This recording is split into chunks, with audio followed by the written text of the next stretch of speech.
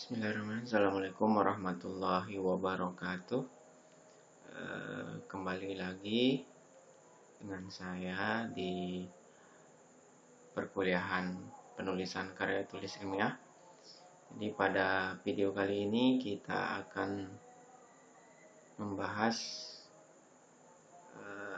beberapa materi dan durasinya agak lama karena ini masuk dalam pertemuan ketiga dan keempat ya.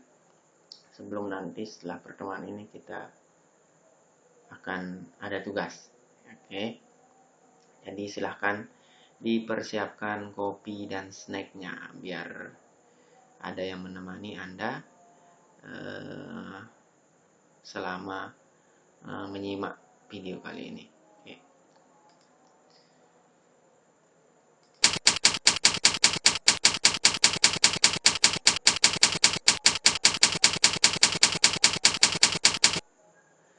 Jadi pada pembahasan kali ini kita akan membahas tentang langkah-langkah penulisan karya tulis ilmiah. Di situ ada persiapan karya tulis ilmiah dan pengumpulan informasi ya, untuk menulis karya ilmiah.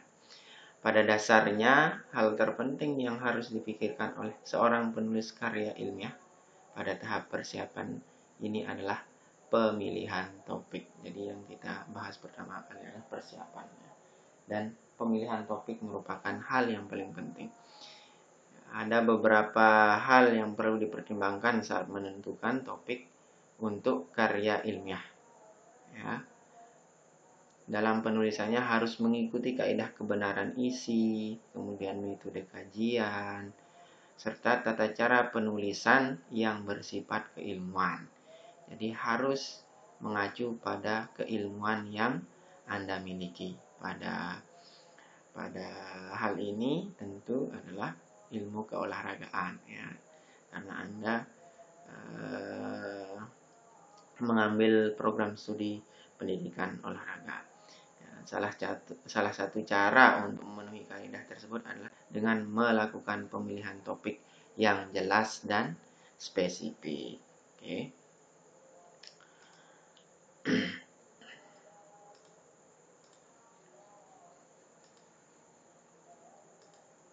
Jadi dalam persiapan penulisan karya tulis ilmiah ada 3 hal penting yang harus Anda perhatikan.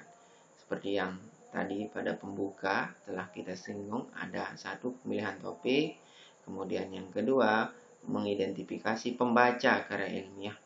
Ya. Jadi Anda harus tahu siapa yang akan baca atau memperkirakan siapa yang akan membaca karya tulis yang akan Anda tulis. Ya. Kemudian yang ketiga, menentukan cakupan isi materi karya ilmiah. Oke, yang pertama adalah pemilihan topik. Untuk pemilihan topik karya tulis ilmiah dapat dilakukan dengan cara. Yang pertama adalah merumuskan tujuan. Ya. Rumusan tujuan yang jelas dan tepat menjadi sangat penting untuk dapat menghasilkan karya tulis ilmiah yang terfokus. Ya. Jadi harus ada tujuan. Harus ada rumusan tujuan yang bisa dicapai ya, untuk dalam pemilihan topik ya, atau masalah untuk karya tulis ilmiah itu.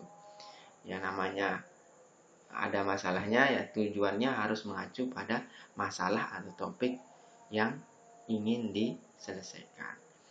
Kemudian menentukan topik ya. Langkah pertama yang harus dilakukan dalam menentukan topik adalah menentukan ide-ide utamanya. Ide-ide utama ini erat kaitannya dengan masalah-masalah utama yang ingin Anda pecahkan. Ya, kemudian uji dan tanya pada diri sendiri apakah ide-ide itu yang akan Anda tulis. Atau logis untuk Anda tulis, logis untuk Anda pecahkan, logis untuk Anda teliti. Kemudian selanjutnya dalam pemilihan topik ini Anda juga dituntut untuk menelusuri topik.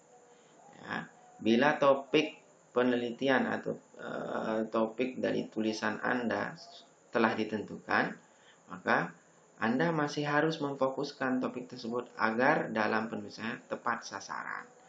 Nah, topiknya bola basket. Nah, di bola basket itu kan banyak sub-sub materi yang bisa dijadikan sebagai topik penelitian Anda. Jangan terlalu luas, nanti Anda takutnya tidak mampu menyelesaikan penelitian tersebut, ya. Dalam menelusuri topik itu Anda harus fokus, ya. Apa yang harus Anda fokuskan, yaitu topik agar mudah dikelola. Ajukan pertanyaan, misalnya apa yang terjadi pada topik tersebut, siapa yang menyebabkan terjadi atau siapa yang mempengaruhi sampai hal itu terjadi, atau topik tersebut terjadi, atau masalah itu terjadi, ya. Bagaimana hal tersebut terjadi, ya, bagaimana hal tersebut bisa terjadi. Kemudian mengapa hal tersebut bisa terjadi. Kemudian apa akibatnya. Jadi apa akibatnya jika masalah tersebut dibiarkan berlarut-larut, ya. Jadi itu beberapa hal yang harus Anda perhatikan, ya. Pertama, fokuskan topik agar mudah dikelola. Kemudian ajukan pertanyaan, ya. Misalnya yang sering digunakan dalam menentukan topik atau menentukan masalah dalam suatu penelitian atau karya tulis. Apa yang terjadi, siapa yang menyebabkan hal tersebut terjadi, bagaimana hal tersebut terjadi, mengapa hal tersebut terjadi, dan apa akibatnya jika hal tersebut tidak segera dipecahkan. Oke. Kemudian yang selanjutnya dalam pemilihan topik Anda, tentu tadi sudah kita singgung sedikit tentang merumuskan tujuan, ya. Tujuan tersebut dirumuskan berdasarkan apa? Berdasarkan fokus dari topik yang Anda tentukan. Kemudian pertanyaan-pertanyaan yang telah Anda tentukan. Seperti apa, siapa, bagaimana, mengapa, dan apa akibatnya. Ya, jadi tujuan Anda harus berorientasi pada hal tersebut, ya. Dengan tujuan yang berorientasi pada contoh-contoh kata kunci atau kata pertanyaan yang bentuknya operasional tersebut, Anda dapat merumuskan tujuan yang bisa atau mungkin untuk Anda uji, ya. Karena menulis karya ilmiah memerlukan penelusuran yang mendalam tentang apa yang akan Anda tulis, siapa yang akan membaca tulisan tersebut, dan cakupan bahasannya sampai di mana. Oleh sebab itu, rumusan tujuan yang jelas dan tepat menjadi sangat penting untuk dapat menghasilkan karya tulis ilmiah yang berfokus pada pembahasannya atau topiknya, ya. Lalu bagaimana cara membuat rumusan tujuan yang jelas dan tepat, ya? Ada beberapa tips yang dapat Anda ikuti untuk membuat rumusan tujuan yang baik atau yang jelas dan tepat. Pertama, coba atau usahakan merumuskan tujuan dalam satu kalimat sederhana. Nah, contohnya, jadi dalam tujuan itu harus setidaknya memiliki dua komponen. Yang pertama adalah ada komponen atau variabel manipulasinya, ada variabel responnya, ya. Misalnya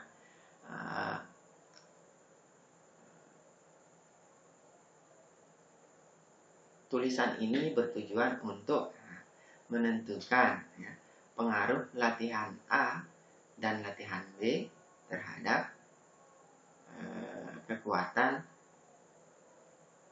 bla bla bla, misalnya seperti itu. Jadi harus ada dua variabel, setidaknya memiliki dua variabel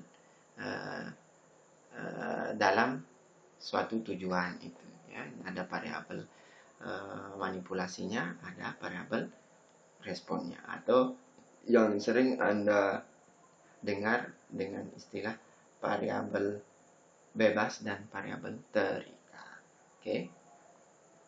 Kemudian yang kedua, ya, ajukan pertanyaan dengan menggunakan salah satu kata tanya. Contohnya apa sebabnya, mengapa atau bagaimana, dan sebagainya terhadap perumusan tujuan yang akan dibuat tersebut. Kemudian yang ketiga, jika pertanyaan-pertanyaan yang diajukan dapat menjawab dengan pasti, berarti rumusan tujuan yang dibuat sudah cukup jelas dan tepat.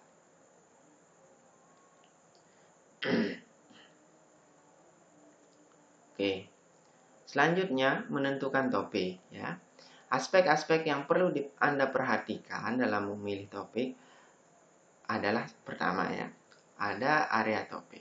Area topik memuat cakupan masalah yang akan diangkat dalam penulisan karya tulis ilmiah. Topik lebih luas daripada judul karena topik mencakup isi pokok dan area yang akan dibahas dan ditulis. Ya, jadi topik itu, ya, memiliki area yang lebih luas dari judul karya tulis ilmiah kita sendiri. Misalnya topiknya bulu tangkis, tentu judul Anda hanya mengambil bagian dari bulu tangkis tersebut. Jangan bulu tangkis secara keseluruhan, karena nanti penelitiannya tentu akibatnya akan butuh bahan dan butuh waktu, butuh tenaga yang lebih besar. Jadi dari topik itu Anda bisa menentukan satu tema atau bagian kecil dari topik itu untuk ditulis atau untuk diteliti. Kemudian yang kedua adalah keterbatasan. Keterbatasan yang sering ditemui dalam pemilihan topik seringkali adalah keterbatasan yang disesuaikan dengan apa? Dengan minat, dengan kemampuan dilaksanakan, kemudahan dilaksanakan, kemudahan dibuat menjadi masalah yang luas, dan manfaat. Ya. Setelah ide untuk tulisan diperoleh, hal berikutnya yang perlu dilakukan adalah bertanya kepada diri sendiri tentang hal-hal berikut. Yang pertama, apakah ada minat untuk mengulas topik tersebut secara lebih mendalam? Ya. Kemudian, mudahkah bagi Anda untuk mendapatkan bahan-bahan yang dibutuhkan untuk menulis topik tersebut? Kemudian yang ketiga adalah apakah topik tersebut mudah dipilah menjadi bahan-bahan lebih kecil yang dapat dikembangkan lebih lanjut? Selanjutnya, pertanyaan yang sering yang dapat diajukan terhadap topik yang dipilih tersebut apa saja? Ya. Setelah pertanyaan-pertanyaan tersebut setelah Anda rumuskan, ya, kemudian Anda perkirakan bisa atau tidak Anda melakukan atau meneliti topik tersebut, baru Anda menentukan topik atau tema itu sendiri. Tulis apapun yang ingin ditulis mengenai topik yang dipilih selama 20 menit tanpa henti. Ya, contohnya triknya itu. Amati konflik yang pernah terjadi pada pilihan topik yang ingin Anda ketahui lebih mendalam. Kemudian rumuskan kembali topik yang telah ditentukan. Sehingga apabila topik untuk karya ilmiah yang ditugaskan oleh orang lain, misalnya dosen, atasan, atau instansi tersebut, cari cara untuk merumuskan topik tersebut agar topik tersebut menjadi topik yang disukai. Salah satu cara yang dapat ditempuh adalah mencari keterkaitan antara topik yang diajukan dengan apa-apa yang telah diketahui mengenai topik tersebut sebelumnya.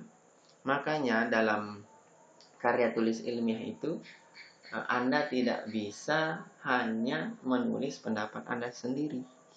Jadi harus mengacu pada tulisan-tulisan orang lain. Nah, itu maksudnya Anda harus mengaitkan topik-topik tersebut dengan hasil-hasil penelitian atau topik yang diajukan oleh orang lain. Ya. Makanya disebut tadi oleh si A, si B, si C, dan seterusnya. Kemudian kaitkan pula topik tersebut dengan minat dan pengalaman pribadi. Ya. Anda tentu memiliki ketika menentukan suatu topik tersebut, tentu Anda memiliki minat tersendiri terhadap topik tersebut, kemudian memiliki pengalaman pribadi tersendiri terhadap topik tersebut atau memiliki pengetahuan sebelumnya terkait topik yang Anda ambil. Yang dimaksudkan dengan merumuskan kembali topik yang dituliskan menjadi topik Anda sendiri itu adalah di mana Anda dapat menentukan apa yang akan Anda tulis sesuai dengan pengetahuan dan informasi yang diperoleh. Yang tidak boleh dilanggar dalam hal ini adalah tema pokok dari tulisan harus tetap sama dengan topik yang akan Anda tuliskan. Oke. Itu yang pertama tentang pemilihan topik atau masalah untuk karya tulis ilmiah. Kemudian yang kedua adalah mengidentifikasi pembaca karya tulis ilmiah. Ya.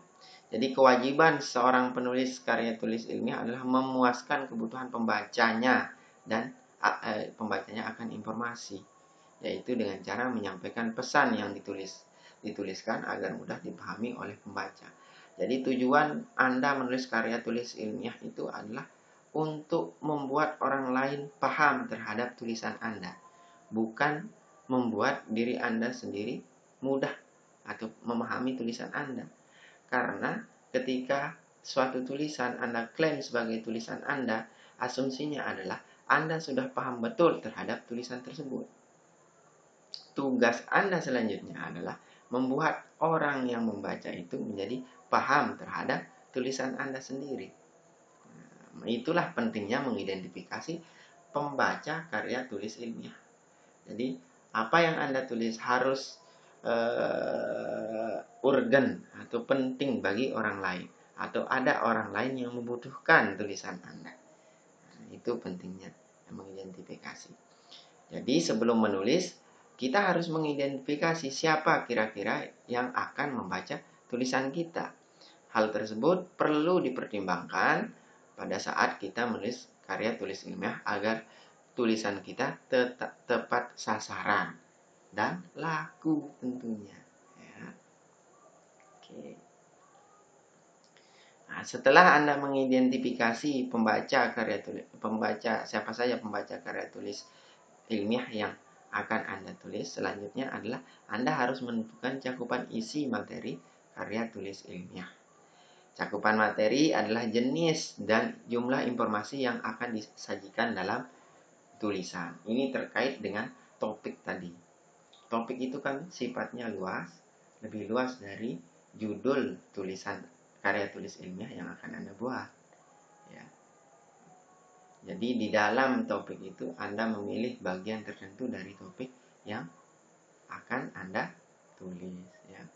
Cakupan materi itu sangat penting ditentukan oleh rumusan tujuan yang jelas dan pengidentifikasian calon pembaca yang tepat. Ya. Oke.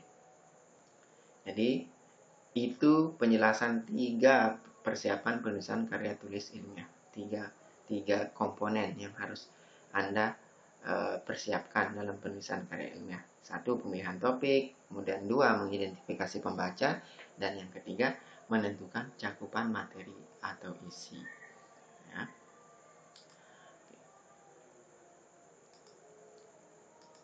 Selanjutnya adalah pengumpulan informasi untuk penulisan karya tulis ilmiah. Ya, jadi dalam pengumpulan informasi untuk penulisan karya tulis ilmiah ini ada 2 hal yang dapat Anda lakukan. Yang pertama adalah memanfaatkan perpustakaan sebagai sumber data, informasi, dan bahan untuk tulisan. Ya. Perpustakaan, kenapa harus perpustakaan? Karena perpustakaan pada umumnya menyediakan berbagai koleksi data atau informasi yang ada di dalamnya, terekam di dalamnya. Bentuknya apa? Berbentuknya dalam bentuk media, ya, berbagai macam media. Ada media cetak maupun ada media audio visual. Contohnya, kalau Anda iseng-iseng tanya kepada kakak kelas atau alumni yang Anda tahu bahwa alumni tersebut adalah alumni Undikma gitu. Coba Anda tanya, ketika mau wisuda salah satu persyaratannya apa saja? Pasti dijawab adalah menyerahkan print out skripsi mereka atau tugas akhir mereka beserta dengan soft filenya. Itu yang disimpan di perpustakaan. Jadi ada print out skripsinya dan ada soft filenya di perpustakaan tersebut untuk disimpan atau di-upload di website repositori Undikma. Ya. Oke. Jadi hal pertama yang harus kita lakukan pada saat memasuki perpustakaan adalah memahami di mana letak sumber informasi yang dibutuhkan berada. Karena Anda itu program studi yang diambil adalah program studi olahraga dan kesehatan, ya. Jadi di situ di perpustakaan, kalau Anda sering ke perpustakaan, Anda akan menemukan rak-rak, ya, yang sudah dipisah-pisah, ya. Untuk prodi ini skripsinya, untuk prodi ini skripsinya, dan seterusnya, ya.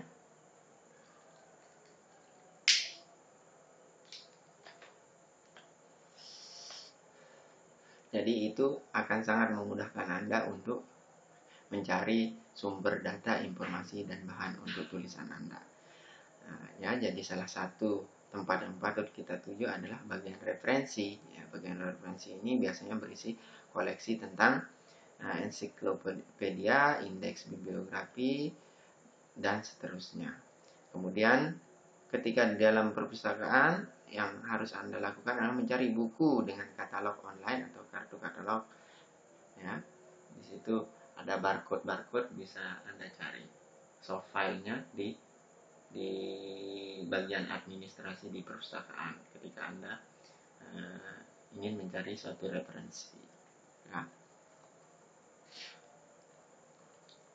Oke. Kemudian selanjutnya adalah memeriksa bahan-bahan pustaka yang telah diperoleh, ya. Setelah bahan pustaka terkumpul, kita harus memeriksa bahan-bahan tersebut apakah sesuai atau tidak dengan topik yang akan kita tulis, ya. Cara memeriksa bahan pustakaan tersebut,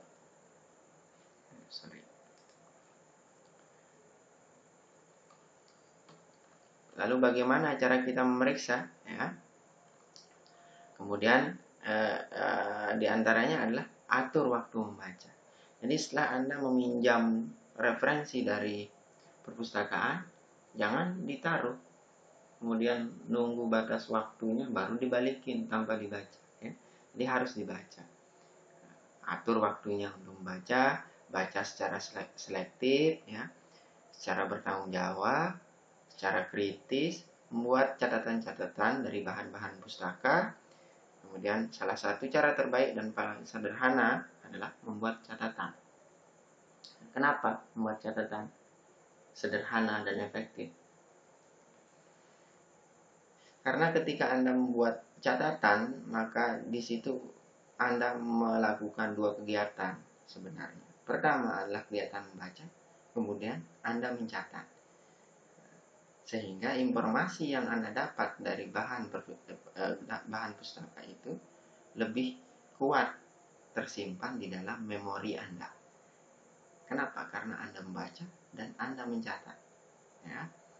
Oke. Selanjutnya, selain membuat catatan dan dari bahan pustaka, Anda bisa juga membuat ringkasan dan paraphrasing. Ringkasan tentu Anda tahu. Paraphrasing ini adalah membuat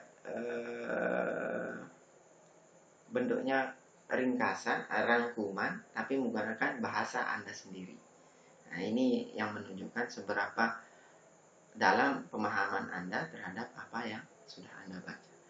Ini penting untuk Anda lakukan. Silahkan dicoba membuat paraphrase, ya, membuat paraphrase dari bahan pustaka yang Anda buat. Selanjutnya adalah membuat kutipan berdasarkan bahan bacaan Anda. Kutipan itu tentu dengan menyatakan siapa sih penulis dari bahan pustaka yang Anda baca. Tahap selanjutnya atau kegiatan selanjutnya yang dapat Anda lakukan dalam pengumpulan informasi untuk penulisan karya tulis ilmiah adalah melakukan wawancara untuk mendapatkan informasi atau tulisan. Jadi ada 4 hal yang harus diperhatikan pada saat Anda melakukan wawancara untuk keperluan penulisan karya tulis ilmiah. Yang pertama adalah menentukan orang yang tepat untuk diwawancarai. Ya. Jika Anda melakukan, misalnya Anda ingin mengetahui kekuatan otot atlet bulu tangkis, siapa yang harus Anda wawancarai untuk mendapatkan data empiris awal? Bisa jadi siapa? Pelatihnya misalnya, atau guru ekstrakurikulernya. Itu Anda harus menentukan tepat siapa yang akan Anda wawancarai. Selanjutnya, mempersiapkan pedoman wawancara. Jadi pedoman wawancara harus ada pedoman wawancara yang berisi apa kira-kira pertanyaan-pertanyaan apa saja yang akan Anda ajukan. Jangan sampai tidak ada pedoman wawancara. Nanti proses wawancaranya jadi tidak terfokus. Ya, jadi harus Anda siapkan itu pedoman wawancara yang berisi pertanyaan-pertanyaan yang sangat penting untuk kebutuhan karya tulis ilmiah Anda. Kemudian selanjutnya tentu melaksanakan wawancara. Setelah Anda melakukan wawancara, selanjutnya adalah mengolah hasil wawancara. Ya. Jadi prinsip-prinsip dasar yang harus diperhatikan sehubungan dengan pengumpulan informasi adalah, pertama itu mengevaluasi instrumen untuk mendapatkan data yang lebih akurat dan konsisten. Evaluasi instrumen dilakukan dengan uji coba pengumpulan data dengan instrumen yang telah dibuat. Ini sering dilakukan untuk menguji validasi instrumen yang sudah Anda buat. Validasi ini bisa dilakukan dengan uji coba kepada siapa? Kepada beberapa sampel. Ini yang sering disebut dengan validitas empiris. Atau Anda bisa menggunakan validasi ahli. Jadi Anda bisa mencari ahli-ahli yang berkompeten di bidang tersebut untuk memvalidasi instrumen yang sudah Anda buat. Ya, tentu ketika Anda melakukan validasi instrumen menggunakan ahli, Anda harus menyiapkan instrumen validasi oleh ahli tersebut. Ini sangat penting dilakukan untuk menentukan validitas dan reliabilitas instrumen yang Anda gunakan. Reliabilitas ini maksudnya konsistensi, ya. Kemudian evaluasi terhadap sumber untuk mempertanggungjawabkan data. Penulis harus menentukan apakah data yang diperlukan dalam menulis karya ilmiah berupa data primer, sekunder, atau gabungan dari keduanya. Ya, pada tahap evaluasi terhadap sumber, ya. Kemudian selanjutnya adalah membuat catatan untuk memudahkan pencatatan dan pencarian kembali informasi yang Anda perlukan, ya. Jadi catatan dapat dibuat dengan menggunakan kartu informasi, membuat sistem penulisan untuk menghubungkan kartu informasi dengan daftar pustaka. Di sini bisa Anda gunakan beberapa software seperti Mendeley, EndNote, dan seterusnya. Banyak software yang bisa Anda gunakan, ya. Banyak sekali. Jika Anda mau cari di internet, itu sangat banyak sekali software yang bisa Anda gunakan untuk pengutipan, ya. Nah, jadi itu penjelasan dua hal yang harus Anda lakukan ketika Anda mengumpulkan informasi untuk penulisan karya tulis ilmiah. Nah, jadi silahkan sambil mendengarkan atau menyimak video perkuliahan ini, Anda bisa sambil ngopi atau ngeteh lah, ya, bagi Anda yang tidak menjalankan puasa, ya. Tapi bagi Anda yang menjalankan puasa, ya silahkan disimak saja, ya. Oke. Selanjutnya adalah tahapan lainnya dalam penulisan karya tulis ilmiah. Di sini ada 7, ya, tahapan yang Anda harus lakukan ketika Anda akan menulis suatu karya tulis ilmiah, ya. Yang pertama itu adalah survei lapangan, yaitu melakukan pengamatan atas objek yang diteliti, menetapkan masalah dan tujuan yang akan diteliti dan dijadikan karya ilmiah. Ya, jadi langkah ini merupakan titik acuan dalam proses penulisan atau penelitian. Kemudian yang kedua adalah menyusun hipotesis, ya, menyusun dugaan-dugaan yang menjadi penyebab dari objek penelitian. Hipotesis ini merupakan prediksi yang dikembangkan ketika mengamati objek penelitian. Dan cara mudah untuk membuat hipotesis itu adalah dengan menggunakan kata jika maka. Jika model latihan A diterapkan dalam kelompok atlet tertentu, maka kekuatan atlet tersebut akan meningkat. Itu contoh menggunakan jika maka. Oke. Selanjutnya adalah melaksanakan pengamatan dan pengumpulan data. Setelah melakukan percobaan atas objek penelitian dengan metode yang direncanakan, selanjutnya adalah melakukan pengamatan terhadap objek percobaan tersebut. Jadi ketika Anda sudah melaksanakan pengamatan dan pengumpulan data, ini Anda melakukan percobaan tersebut.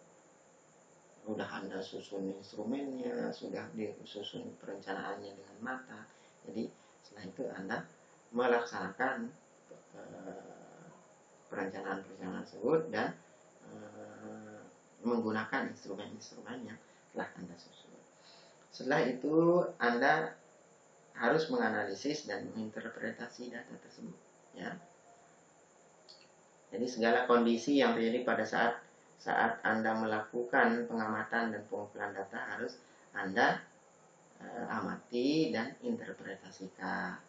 Jadi pada langkah ini apa yang terjadi pengamatan dan pengumpulan data mulai diteliti dan diperkirakan.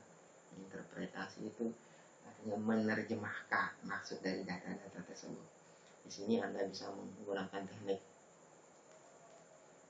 analisis menggunakan deskriptif ataupun statistik, ya. Oke.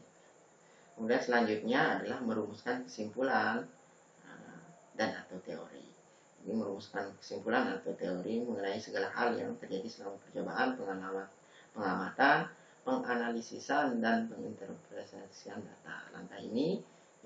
Pada langkah ini Anda mencoba untuk menarik kesimpulan dari semua data yang didapatkan dari proses percobaan, pengamatan, penganalisisan dan penginterpretasian terhadap objek penelitian. Ketika semua proses itu sudah Anda lakukan, selanjutnya Anda menulis naskahnya. Jadi dalam penulisan naskah ini ada beberapa langkah yang harus Anda lakukan. Yang pertama adalah persiapan naskah pertama, kemudian revisi naskah tersebut, mempersiapkan formatnya atau mengacu pada format yang sudah disediakan, kalau sudah disediakan, kemudian mengedit, editing akhir, kemudian yang terakhir ada koreksi akhir atau proofreading. Langkah-langkah tersebut akan Anda temui ketika Anda melaksanakan tugas akhir itu skripsi. Kemudian yang terakhir adalah tahap evaluasi. Tahapan ini jadi tujuannya untuk memeriksa kembali tulisan yang telah Anda kerjakan atau memperbaiki berbagai kesalahan dan kekurangan dalam penulisan karya tulis ilmiah. Jadi hal yang harus menjadi perhatian Anda dalam tahap ini adalah isinya bagaimana, sistematika penyajiannya bagaimana, dan bahasa yang digunakan bagaimana. Jadi bahasa dalam karya tulis ilmiah seperti yang sudah kita bahas dalam pertemuan-pertemuan sebelumnya adalah dia bersifat pasif, ya, bersifat pasif. Jadi tidak boleh ada kalimat-kalimat perintah di situ atau lebih pasif, ya, karena di sini Anda menyampaikan hasil yang telah Anda lakukan. Oke. Jadi itu beberapa materi yang telah kita diskusikan dalam pertemuan yang ketiga dan keempat ini. Jadi jika ada pertanyaan silahkan posting di laman diskusi yang telah disediakan di masing-masing akun Anda, ya. sudah disediakan. Kalau ada yang mau Anda pertanyaan, silahkan dipertanyakan di situ. Insya Allah nanti setelah saya rasa sudah cukup pertanyaannya, nanti saya akan jawab atau bahas langsung di laman tersebut di akun Anda. Cukup sekian ya. Jangan lupa jaga kesehatan, tetap jaga jarak ya, tetap cuci tangan. Semoga yang puasa diberikan kelancaran dalam puasanya, menjalankannya ya. Semoga kita sama-sama tetap terjaga, tetap sehat, tetap afiat. Semoga kedepannya kita bisa bertemu secara langsung di kampus tercinta Undikma. Wabillahi taufiq wal hidayah. Assalamualaikum warahmatullahi wabarakatuh.